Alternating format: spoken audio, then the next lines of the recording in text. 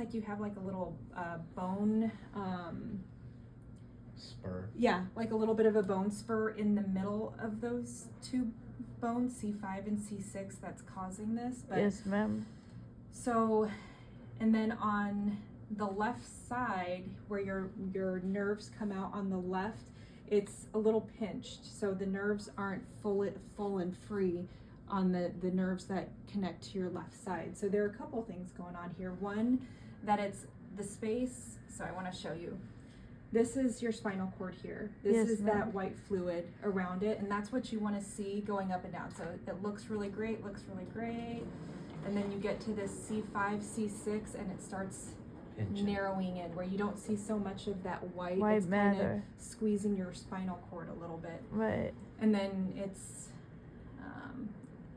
and then your nerves come out over here, and on the left, there's a spot that looks like it's compressing on those nerves that exit on the left side. So that could explain why your left arm feels a little bit weaker than your right.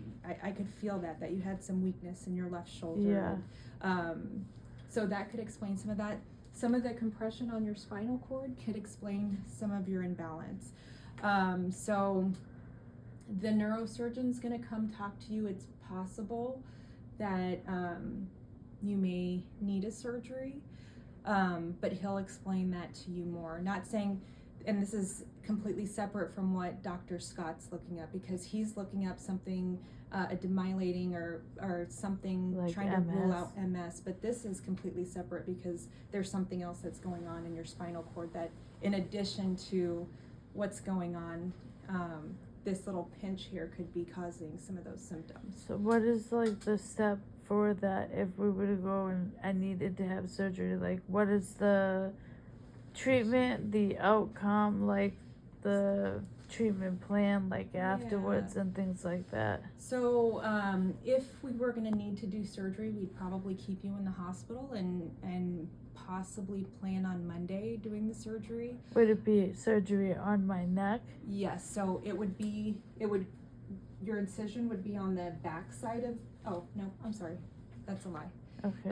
He'd come in from the front. Okay. So you'd get like a little slit on the front where they would open it up, kind of push everything to the side. On my sides of my neck. Yep. And by my voice box? Yeah, it is kind of, around your voice box. One of the biggest, I don't know exactly what surgery he would do. He'd have to talk to you about that more, but the biggest common side effects of having this surgery are, because they mess with your neck, difficulty swallowing, pain whenever you swallow, but usually that's, within the first couple weeks of surgery. Then once the swelling goes down, that gets better. How's the recovery? Like, is there incisions or is it staples? You recover really well as far as it'll be taped and glued together. Usually your neck's very vascular, meaning that it heals pretty quickly. Okay. Are you a smoker? I smoke marijuana. Okay, but you don't smoke cigarettes? No, ma'am. You do any other drugs? No drinking, no. I'm any just other, a pothead. Okay. Any other like heart history, lung history? I do have SVT. Sometimes I have pericardial effusions in the past. Okay. And that's random, not associated with anything? I've only had like 2 pericardial effusion incidences, 1 SVT. Okay. What is the is it not fusing plates or anything like that? It may be.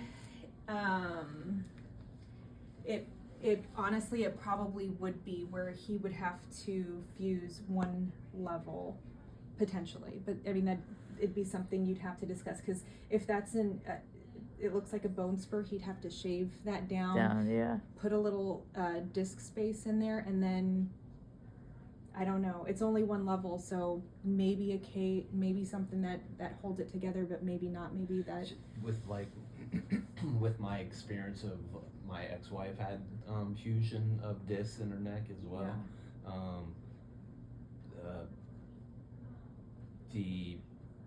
What is the protocol once you get home? No, what is the risk of like it causing more harm than doing good? So with any surgery like that, not necessarily that it would cause more harm. You should have improvement right after the surgery. The only thing is, if this has been going on for 7 years or so, some of the damage may be permanent, because we don't know how long your nerves have been kind of trapped like that. Yeah. So we can release it, and you may, wake up the next day and like, oh my gosh, this is great. And for some people it takes longer, it takes a full year, and for some people they never fully recover that because the damage is permanent, but it prevents it from getting worse. But like, what about like as far as like after the surgery, like movement, daily routine and stuff like that? Would I need to have like someone come and help take care of me?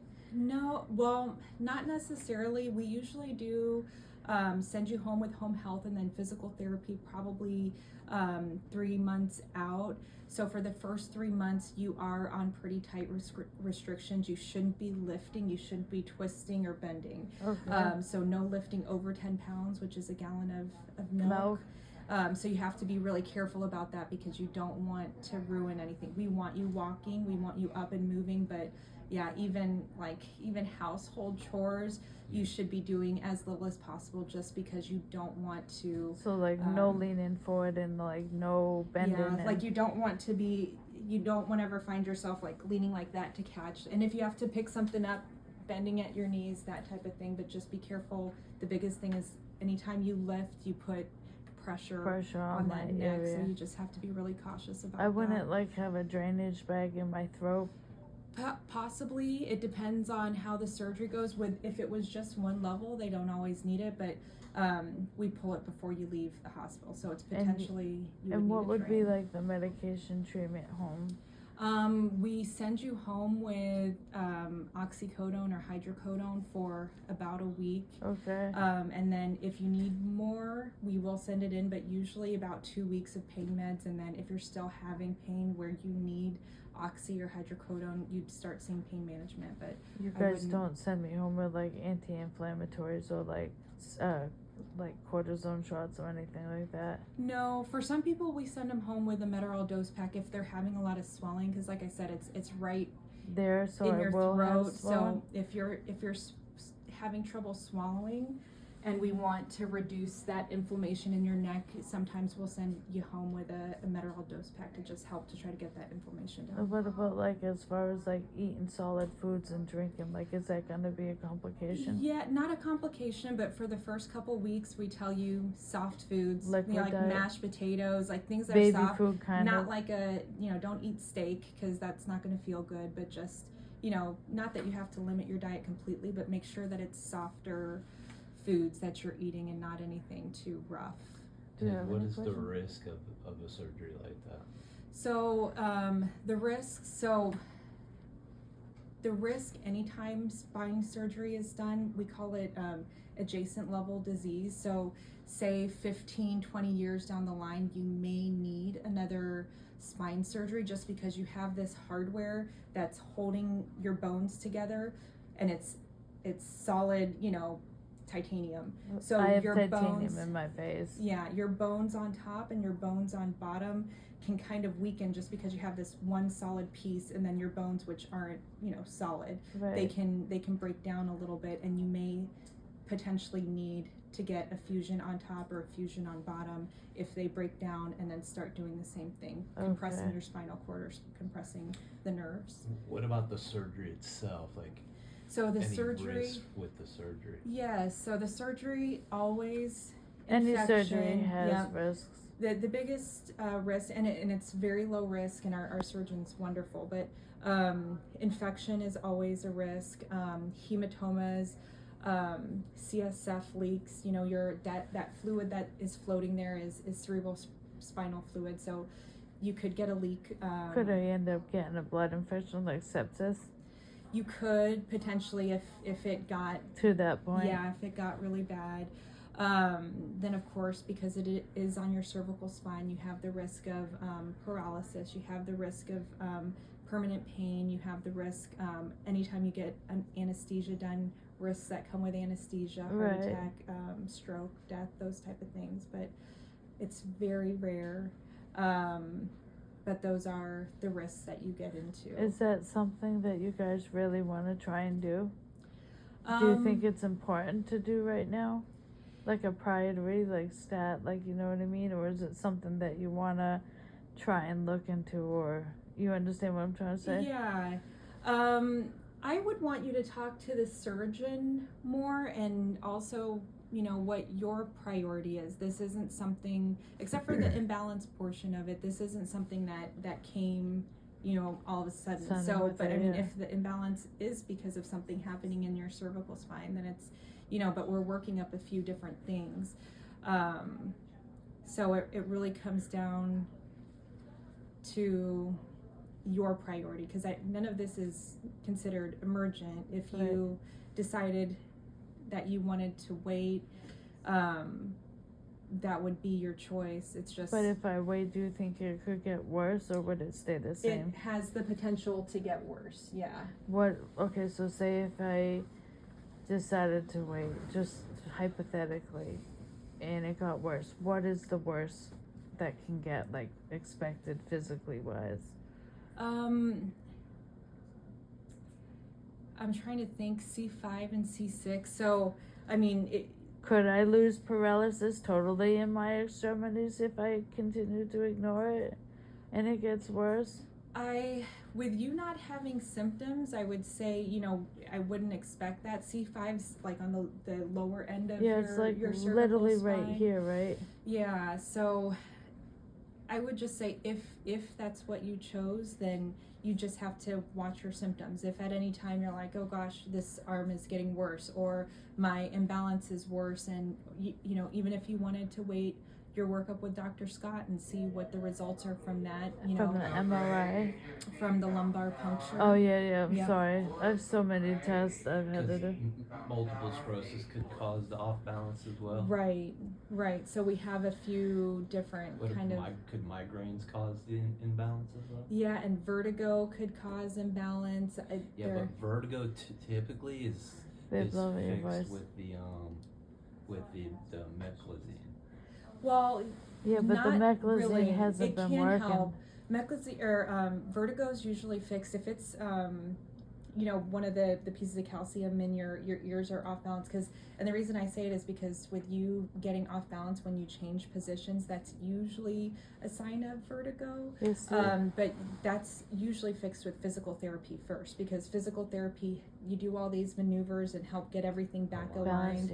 Yeah, so meclizine kind of just helps you get through the vertigo, but really the treatment is physical therapy. Yeah, see, when I first went to the neurologist, they told me that I had an issue, a real bad issue with my front left lobe here. They don't know if it was because of something that I was born with or something because of the migraines that damaged it, because it was so incredibly small that it was preventing me from getting oxygen and blood flow to my brain. Oh, wow. Don't worry, I have not been showing you at all. Yeah. But think about those things, because that's whenever you see Dr. Hulu, that is something that he'll talk about. Am I going to be seeing him today? You should. He's in surgery right now, so I would expect him to be done maybe around 4. How long is the procedure if we do decide to do it? And if we do decide, when do you think they would want to do it? So I would say around 4 hours, and that's not him doing surgery for 4 hours, but you getting prepped and everything. I would say the surgery is probably 2 to 3 hours. Would I be totally under? Yes. Okay. Yep, absolutely. And if it's something that needs to be done, he would plan for Monday, potentially Tuesday. Okay. So I have spinal stenosis? Yes. Okay. Yeah. Man, I used to hate, because I used to be a certified home health aide, PCA homemaker, and I had a lot of clients who had that, and man, it broke my heart seeing that. Yeah.